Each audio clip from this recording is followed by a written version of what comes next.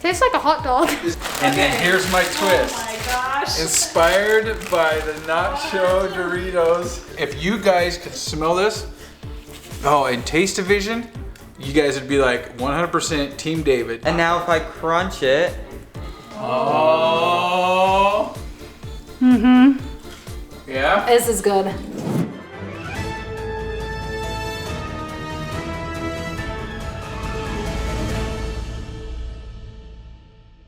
Hi guys, welcome back to the YouTube Family! And today we're going to find out who is the best in our family because it's another who is the best challenge. This time we're in the kitchen, as you can tell, because it's a who is the best chef in our family. This one's gonna be a little bit tricky, so we really need you to vote on who you think is the best chef because if you don't vote, then nobody wins. So our first challenge, guys, is hot dogs. So, this is how it's gonna work, guys. You can dig throughout anything in the house, whatever things you want to add to your hot dog to make it the best hot dog ever that these guys would want to eat. Basically, throw your bun in your little hot dog container and get making. Easy. All right, here's my strategy. I like a hot dog with toppings. I don't like just ketchup and mustard. So I'm thinking I'm gonna go with a chili cheese dog, but with a twist. This was inspired by Taco Bell. Okay, so I just really like a simple hot dog just with ketchup because I don't like when people put like a lot of toppings on my hot dog. I bet you guys don't like it when they put a lot of toppings on your hot dog. So that's why I'm going with simple hot dog. Okay, for my strategy, now I'm gonna actually put no toppings because I feel like most people would just like a hot dog with no toppings. So how I'm going to prepare my hot dog is a little bit different. I'm gonna add some cheese and some bacon, along with some mustard and ketchup, and that should be good enough. Make my hot dog. Done. Really? Okay, so right here I have my bacon and my cheese. I just need to add the delicious hot dog and some ketchup. Mine is done. We'll take a close-up look as soon as David's done. All right, so mine's gonna have chili. That's gonna be messy to eat. And just a little bit of onion, again, just a little across the top to say hello, how you doing? Okay, then the cheese, here's the kicker, taco cheese. Don't chintz out on the cheese. And then here's my twist. Oh my gosh. Inspired by the Nacho Doritos. You wanna break up your chip. Guys, if you guys could smell this, and taste division, you guys would be like 100% Team David. He is the winner.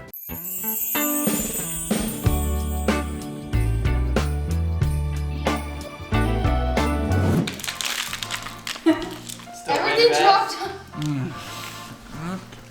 That's probably the best hot dog I've ever made. Good hot dog? Mm-hmm. Tastes like a hot dog. Is it? Okay, I'm gonna be honest. The cheese is really mild, so I don't taste a lot of cheese flavor, and the bacon's really mild, so I don't taste a lot of the bacon.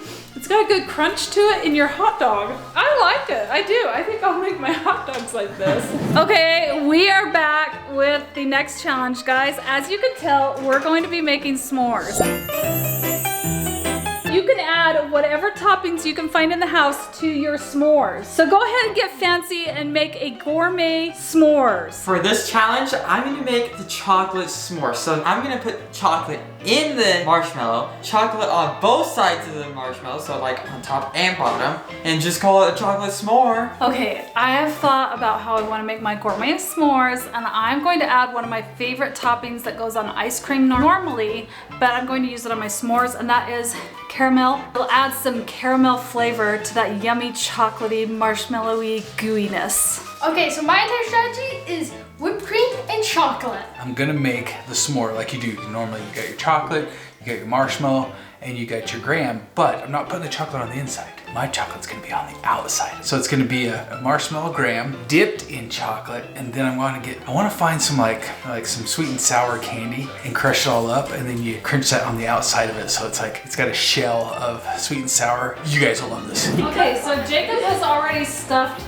chocolate inside Yep. this marshmallow to roast it. So the trick to this is that I think you don't want to burn the outside without getting the middle gooey. So you need to kind of get it warmed up. So you don't want to keep it in one place for too long. While they're getting their marshmallows cooked, I have melted my outer ring of chocolate that's going to be used. And I found some Sour Patch Kids, and I've got to rub all the sweet and sour salt and sugar off into here, because that's where I'm going to dip my... Oh, you trust me. You're going to be like, that is the best idea ever. Okay, so far Ty's is getting the most roasted brown. Well, mine and Jake is just not doing too much. I'll be right back. You're going to check mine wow, out. I'm going to go to the oven because it's a gas oven. These guys are amateurs. Mine got a little more crispy than I liked. Okay, check this one out. Jake is not done yet, but we're all going to go ahead and start adding our toppings. Okay, so here's my topping. I'm just gonna drizzle the caramel back and forth across the marshmallow. And then, just like a traditional s'mores, I place the top on and mine is done. Okay guys, this is my marshmallow. I had to stop it before I could get it golden brown because the chocolate was starting to fall out onto the stove. And Ty, are you already done? Look at this. So I put caramel in, then You added chocolate sauce inside, not caramel. not caramel chocolate, Oh, and then some whipped topping. Okay. and then more on top. Ooh. Okay, so I dipped it in the chocolate, and then now I'm gonna take my Sour Patch Kids and just rub them together. And the salt and the sugar and the sourness, that's gonna give it just enough little zing to say hello, but not to overpower. You know what I'm talking about? Here, I'm about to put the finishing touch. Now you can see the melted chocolate on the side. And now if I crunch it. Oh. Okay, taste test time. Jake, go ahead. Is it good? That's great. Ty, you go ahead and try yours. There's no way to do this without getting messy. Oh yeah. All right, am I gonna try this? Yep. I have to say it is quite messy. Okay, so now I'm gonna try mine with the caramel. I like it, but I can't taste the caramel. Okay, we're back for our very last challenge. We're going to be making freak shakes.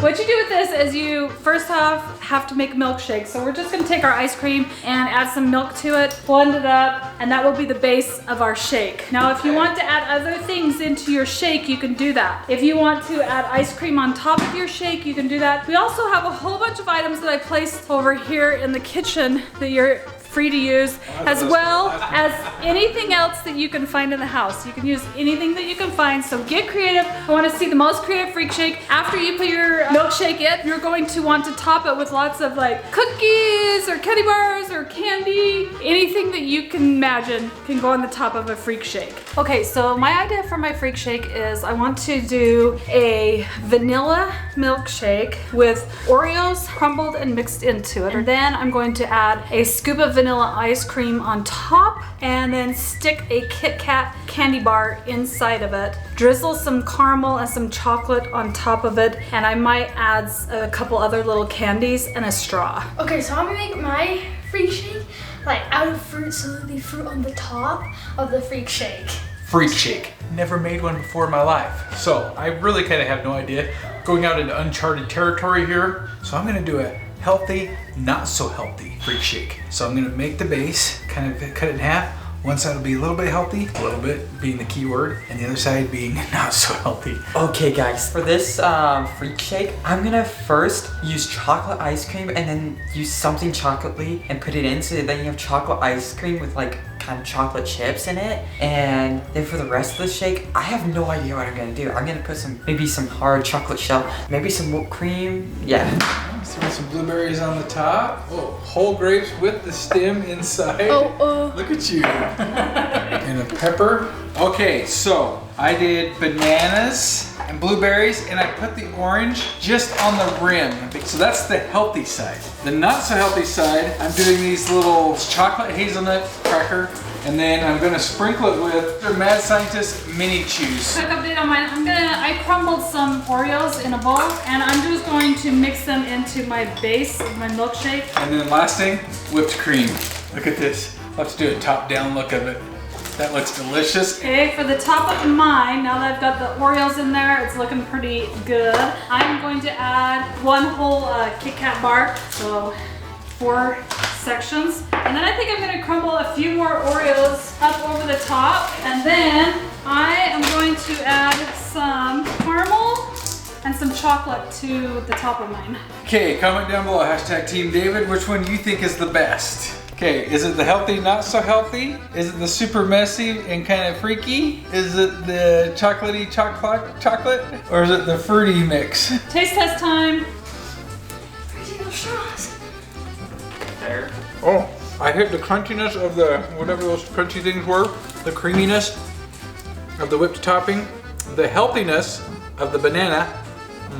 Yep, I love it. It tastes like melted ice cream. But it's really good. To be honest, I just went with a normal milkshake. Oh wow, I got a nerd at the very bottom. But this is really good. Tastes like a chocolate Oh, milkshake. that looks good.